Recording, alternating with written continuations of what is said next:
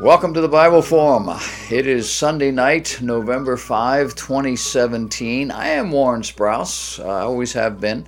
I will continue to be, however long the Lord gives us. So we're here every Sunday night from 8 to 10 p.m. Eastern, and we're looking at life through a biblical lens. We're trying to solve problems, all the problems of the world, in just a couple of hours every week. These things are being broadcast here on our website, thebibleforum.net. It is also being broadcast live on our Facebook page. That's Facebook at Bible Forum. There is another one out there that is the Bible Forum. I don't know where they came from or how they got in ahead of me. We've been doing this since January of 2000, but maybe I was a little slow. I don't know. So just be careful when you go. And then as the week unfolds, the videos that are produced, that are the segments, are then posted both on the website and on the Facebook. Occasionally I throw them out there as a Twitter because of something that's interesting. This week, today, as a matter of fact, here, November 5, we got word just this afternoon from a local news station in Texas that reported a man who walked into their church at 11:30 this morning. Church started at 11 a.m. And this man walked in at 11:30 and opened fire. Now, they're reporting somewhere between 10 and 15 people dead. I heard later on in the day that number may be as high as 25. There are several in the hospital. And down the road, as the police were summoned and got involved, the man had left. They did intercept this man, and he's now dead. So there's no objective way to know what was going on in his mind and why he decides to do that. One of the men in our church tonight said, it's getting bad, what can we do? And I said to him, churches need to have people in them that are carrying weapons, even if it's only a stick. Now, I know some of you in New Jersey, New York, and in the liberal states, you're not allowed to have a weapon. Down here in the South, we're in Charleston, South Carolina. We have a carry permit issue, and we can do that. In most states in the country, you can do that. Our pastor has said publicly from the pulpit, anybody that wants to carry a weapon, it's okay with him. Now, of course, there's caveats. I want to know who you are. This, not just everybody, literally. But he was talking to a smaller group, talking to the membership at large. And he believes that at any given time, there are at least two people in our church who are carrying weapons. You don't see them, that's the whole point. The last 5 or 6 years that I pastored in Wilmington, North Carolina, I had a small weapon in my pocket every time I went to church. Some of the guys knew that. There were other men who were carrying as well. We didn't make it a public. We didn't let everybody know it. It wasn't anybody's business. But it would be an awful thing if somebody walked into your church and just started shooting the place up. And you could have got a gun. You could have got a permit. You could have carried something. You could have been prepared. You could have saved those people's lives. And that was the logic that I used, and I couldn't sleep at night. And so I continue.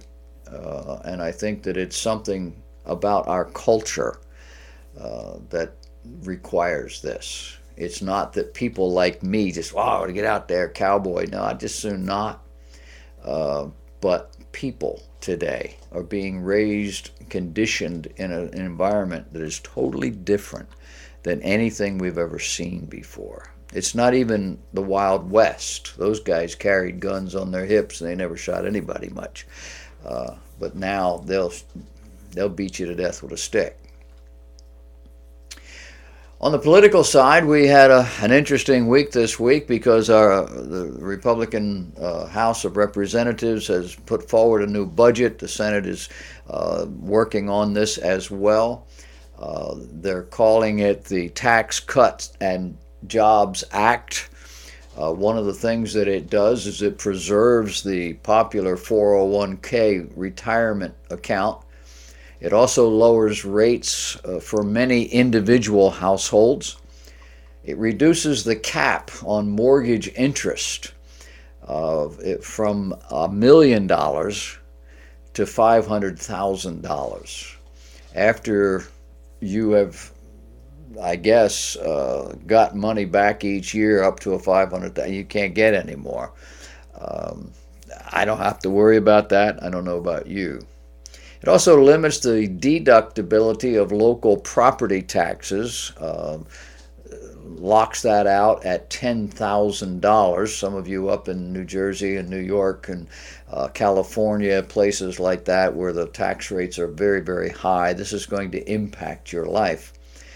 For those of us in South Carolina, not a problem. Especially if you're old. If you're old, come to South Carolina. They give you a tremendous break on your taxes, your real estate taxes. They give you a break on your state taxes. They really make it easy for older people to be able to live here. But the new budget also, proposal, eliminates the deduction for state income taxes, which again is very important in the high tax states, and the child tax credit has been raised from $600 to $1,000. The $4,050 exemption has been eliminated. Not having children, I really don't know what that's about. Haven't filled out taxes relative to children for a lot of years, and I don't keep track of how all of it works. But overall, it lowers the taxes on low-income households. It does that by doubling their standard deductions. And it raises taxes on the wealthiest. The top individual tax rate is going to remain at 39.6%. And those are the people that are going to be paying the extra taxes. It phases out what's called the death tax, the estate tax, over time. And it lowers the corporate rate from 35% to 20%. It also lowers the corporate rate to 25% for small businesses. When they talk about the budget, what they say is that everyone's tax bill is going to go up, even the retired citizens. However, the after-tax earnings will increase from 0.73% to just over 9% on the wealthiest Americans in their after-tax earnings. The Senate's going to have something to say about all of this, and we'll have to watch and wait and see how it all pans out, because if you're like me, a lot of this doesn't make any sense. I don't get involved in taxes on a large level. I'm very poor. I just have a very few things that I have to check off. I honestly don't make enough money each year to even pay taxes. So none of this impacts my life.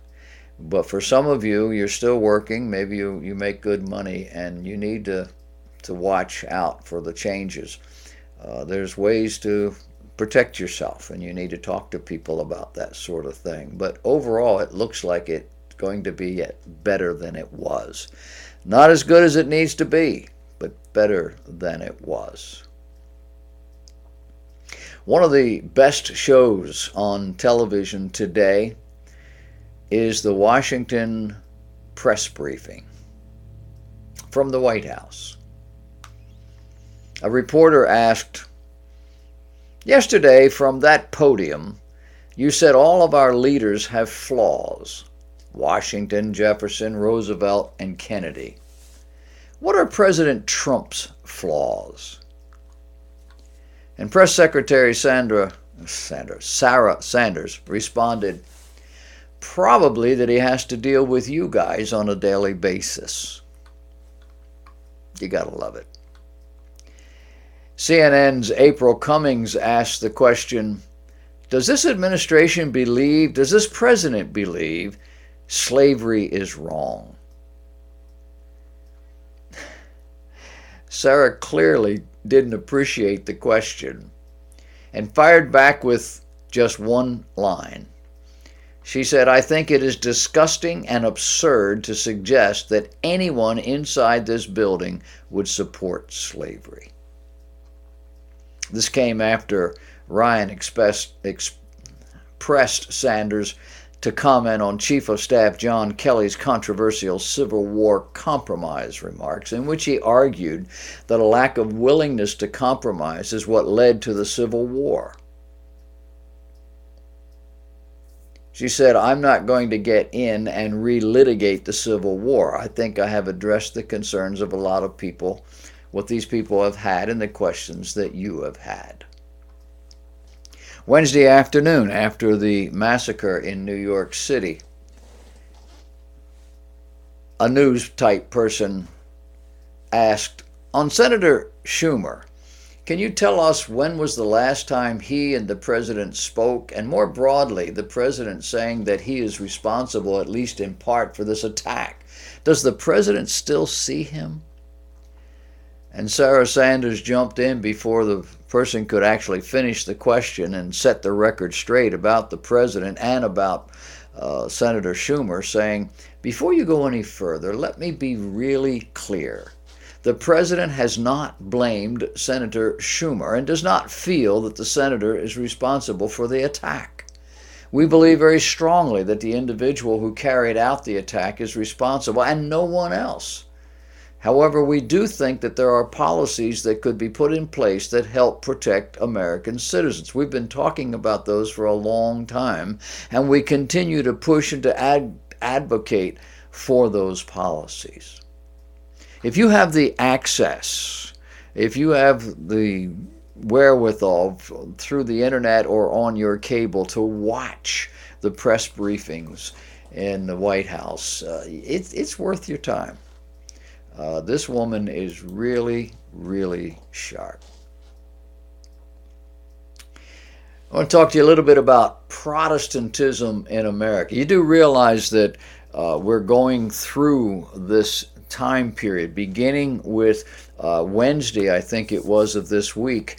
Wednesday was the anniversary, the 500th year anniversary of the Reformation. It's All Saints' Day. The day before is All Hallowed Saints' Eve. We call it Halloween. And the next day is All Saints' Day in the Catholic Church system. And this was the day that Martin Luther tacked his 95 Theses on the door of the Wittenberg Castle Church there in Germany. In honor of all of this, I thought it might be interesting to look at the condition of Protestantism in America after the Reformation. These ideas, this news comes from a website called prophecynewswatch.com. Might be something good to put in your little list of things that, you would check out or they would send to you. But Methodist Deacon M. Barkley is now accepted as a non-binary deacon in Chicago, which means that she prefers the pronoun they rather than she, and doesn't identify with either gender. Now, in the Methodist Church, there are two orders of ministry. There are deacons and there are presbyters. These are equal in status, but they differ in terms of roles. Deacons are key members of the congregation and are expected to provide wise counsel to fellow Methodists, as well as help conduct the regular operation and worship services of the church, a church that the presbyters, the ministers, lead. Now, Deacon Barkley studied theology for 12 years, according to reports, and had originally tried to become a deacon in Texas, but was rejected due to her personal and unbiblical views on transgenderism. It was only after she moved to Chicago that she became accepted in this leadership role, demonstrating the approval of the Methodist Church for transgenderism. Now, Methodist churches are not the only Protestant denomination starting to welcome gender-confused persons into leadership roles. The First Baptist Church of Greenville, the folks up there call it Greenville, it's in South Carolina, began accepting the LGBTQ ministers and weddings back in 2015. It was in the 1990s that it, along with a number of other Southern Baptist churches, broke away from the Southern Baptist Convention. They are now part of a new organization of Baptists called the Cooperative Baptist Fellowship. Former President Jimmy Carter and former President Bill Clinton were notables in the establishment of this denomination.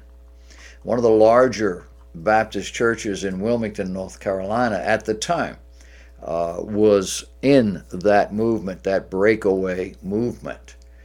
This is a very, very liberal form, or liberal Baptist churches that are doing this. Again, ProphecyNewsWatch.com is looking at the United Nations and wondering, well, whose side are they on?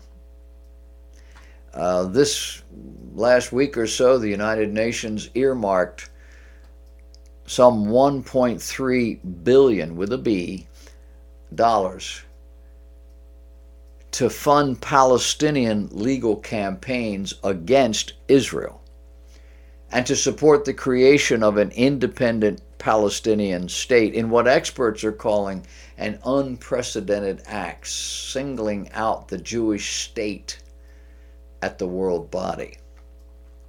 A document recently signed between the UN and the Palestinians outlines what they call a strategic programming framework. This has to do with the disputed territories, and it covers a time period from 2018 to 2022. And it indicates that the United Nations will work to advise the Palestinian Authority how to exploit international accountability mechanisms in order to hold Israel accountable for what they suppose are violations of international law. As I indicated, the document takes effect in January of 2018. It makes no reference to the Palestinian violations of international law and of human rights. It makes no references to any of the things that are going on there now. It does not specify how the funds should be applied, except for humanitarian assistance, which can very easily become a broad category. Instead, the United Nations document states only that the money should be used for developing programs that support Palestinians' path to independence. Anybody care to guess what that means? It means something different to me than it does to the Palestinians, I can assure you.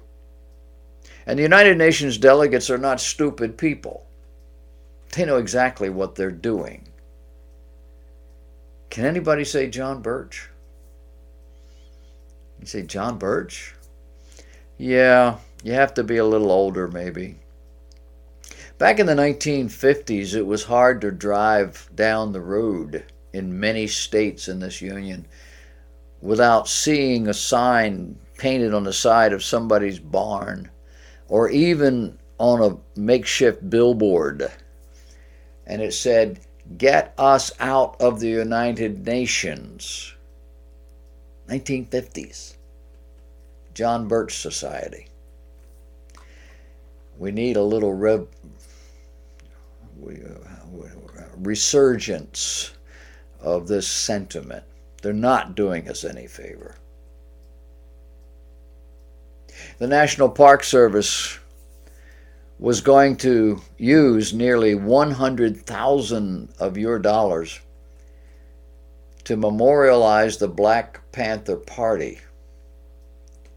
But a conservative group stood up and others got involved, and the project was shut down. What was it about? Well, it was called the Black Panther Party Research, Interpretation, and Memory Project. Black Panther Party Research, Interpretation, and Memory Project. The goal would have been to, quote, discover new links between the historical events concerning race that occurred in Richmond during World War II and the subsequent emergence of the Black Panther Party in the San Francisco Bay Area 2 decades later. It would do this through research, oral history, and something called interpretation.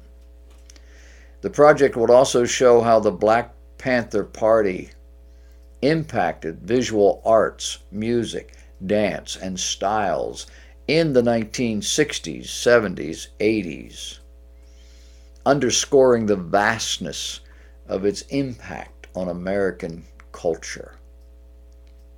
I bet you didn't know the Black Panther Party had impacted American culture in a positive way. We only see them out on election days with sticks in their hand. We only see them marching in their black uniforms, almost like German Nazis of a bygone era. We see them on television ranting about different things. We didn't really understand that they have a culture, art, music, dance, that needs to be remembered. The National Park Service had initially awarded the project $98,000 grant, led by Eula Taylor, who is an incoming chairwoman of the University of California, Berkeley's African American Studies Department. How did conservatives respond?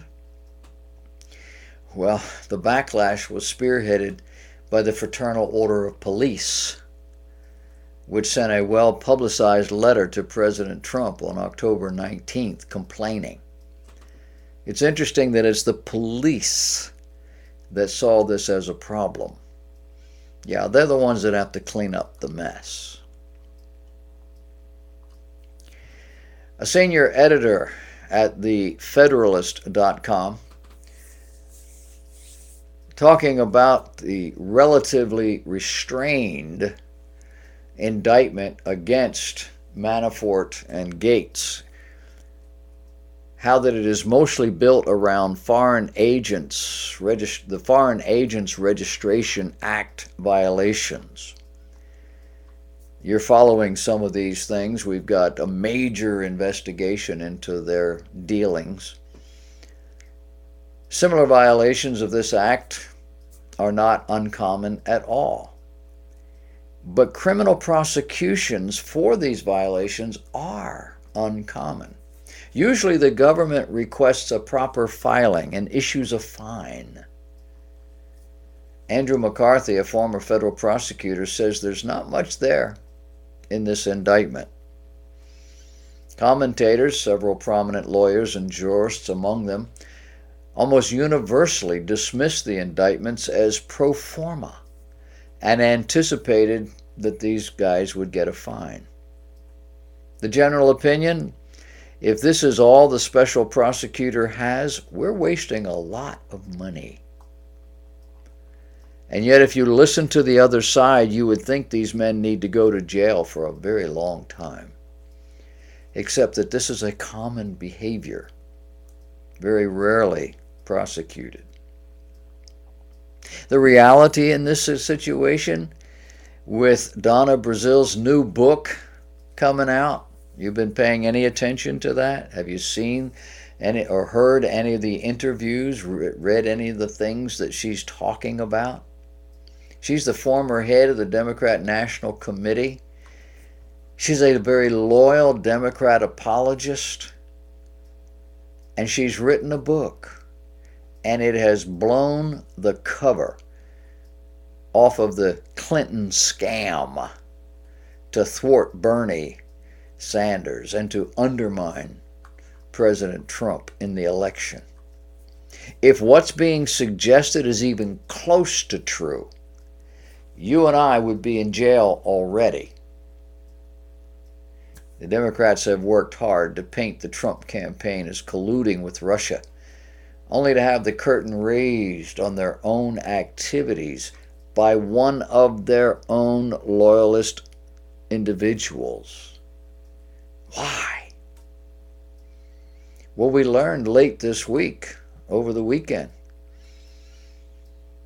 that when this young fellow that was working for the Democrat committee in Washington, D.C. was gunned down early in the morning, shot in the back, that she became afraid of her own life and started pulling the curtains down, the shades down in her apartment, and not standing in front of lighted doorways and such.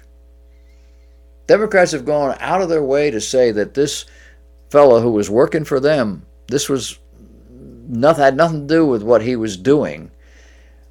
But the woman who's the head of the Democrat Party, a loyal operative for years, saw that, Seth Rich, I think his name was, and got scared that she might be next. It's an amazing thing. The journalists in America and what they write and how they write it. Just this weekend, there was a report that Matt Drudge, the Drudge Report, that Matt Drudge had tweeted about Donna Brazil's book. He says Brazil writes that she was haunted by this murder of Seth Rich and feared for her life. And it has stirred a whole backlash of comments and questions and all sorts of things. It's all the buzz in the Twitter world this weekend. Watch the news. See what is going on. The ABC, CBS, NBC, CNN crowd, they didn't even talk about any of this for the first, week or so. They're being forced into it now. Is the world running out of fresh water? This is one of the facts, so-called facts, that global warmists and other evolutionists like to point to prove their point. And they've been telling us this for generations. But a new book by Joseph Farah, who works for WorldNetDaily.com, speaking in his voice as a Christian, is explaining how this isn't going to happen. Now, you have to keep in mind when you read stuff from Joseph Farah that he may not be a Christian like you're a Christian. He does mix law and grace, the dietary rules in the Old Testament, the observance of days, and some of the other things. And so his facts can be slanted in that direction on occasion. But this is more of a scientific thing. And he says, far from Earth having a limited amount of fresh water for its teeming population, apparently, there may be an unlimited amount of water deep beneath the Earth's mantle. As more scientific studies suggest, there's something called primary water, deep beneath the mantle, the crust of the Earth, that exceeds the amount of water found in all of the planet's oceans. And what this means is there's no shortage. And if this water can be extracted to the surface through natural processes or through deep well drilling, supplies are virtually unlimited. Graham Pearson, who's the lead author of a 2014 study and a geochemist at the University of Alberta, Canada, says of that study that it's actually the confirmation that there is a very, very large amount of water trapped in a really distinct layer in the deep earth, end of quote, which he says translates into a very, very large mass of water approaching the sort of mass that presents in all of the Earth's oceans together. About 71% of the Earth's surface is covered with water. This goes well beyond that. 96.5% of the Earth's water that we see is salty. It's saline. It's not drinkable. The surface water, on the other hand, is constantly being recycled through evaporation and rainfall. You were a kid in school. They do a hydrologic cycle. You understood all this. And even if the water we use from wells is mostly recycled, it's recycled into this system of evaporation and rainfall. Seculars believe the Earth condensed from clumpy matter flung out of a solar nebula about 4.5 billion years ago or more, and that all of this was originally hot, molten blob that then cooled and became what we see now. They used to suggest that most of the water came from inside this cooling Earth, but it has become clear that it's not enough to fill the oceans we have on the Earth's surface, let alone the vast reserve below the Earth's crust.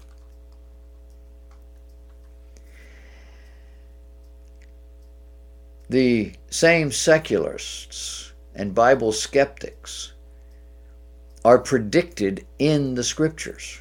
2 Peter chapter 3.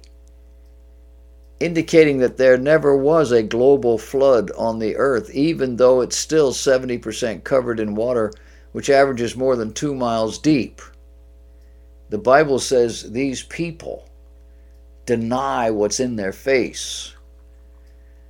Mr. Farah has got a new book out called The Restitution of All Things, Israel, Christians, and the End of the Age. And in his book, he references Ezekiel chapter 47. Here, Israel is presented as ultimately being a light to the nations. These so-called living waters will manifest not just spiritually, but literally and physically, according to the prophet Ezekiel in chapter 36. All this blessing will cause people to say, this land that was desolate is become like a Garden of Eden, and the waste and desolate and ruined cities are become fenced and are inhabited. One day in the future, could it be that these living waters are already stored abundantly deep beneath the earth's mantle, just waiting to be released to a thirsty world during the restitution of all things?